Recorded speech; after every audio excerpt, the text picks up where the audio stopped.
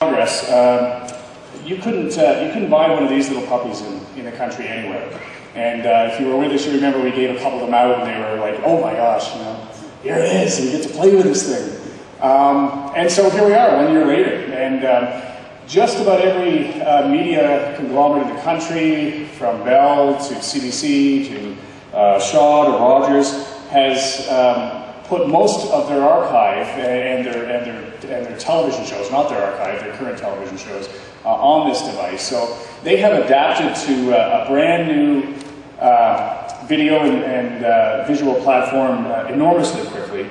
But is there a business model to ensure that Canadians outside of those large conglomerates can share and create new stories for this brand new platform? Well, because if you think about it, in Canada now, those networks now control not only access to television, but because they've come together, they now are controlling access to mobile expressions of entertainment, news, and information. And these were all themes that we identified last time in the Creating Stream at the very dawn of this new era, before anybody had put their eyes on and laid their hands on one of these things. And I'm here to report that ever since then, there's been fairly mixed progress in what we saw last year as the key priorities. So let's take a look at what some of those are. I guess I'll do that too. There we go. Okay. We wanted to look at the issue of taxpayer-supported simplicity, because in the creative industry, much as it is in the gaming industry, the software industry, or the platform industry, the pioneers in it tend to take a bit of a bath. And there were lots of people out there that were assisting the birth of the other parts of the industry. So now that we're in the content era, we wanted to see whether or not the government programs that were existing were able to help create content uniquely for mobile devices.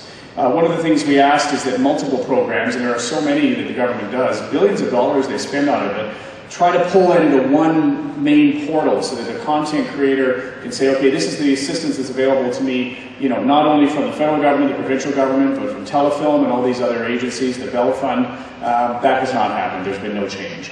We also talked about the need for a risk fund to allow failure and experimentation.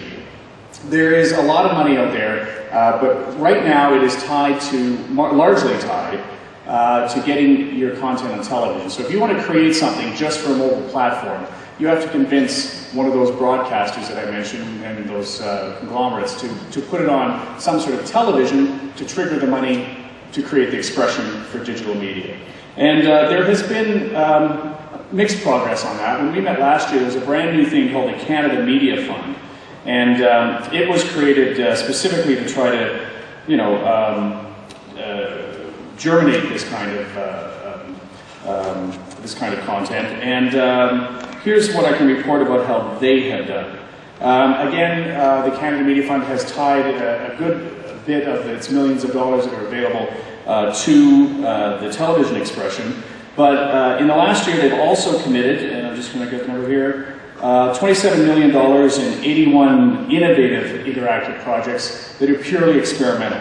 So that's a fair amount of money. The average amount for each project has been about $150,000. What else can I tell you? Let's see. The other stuff that we talked about was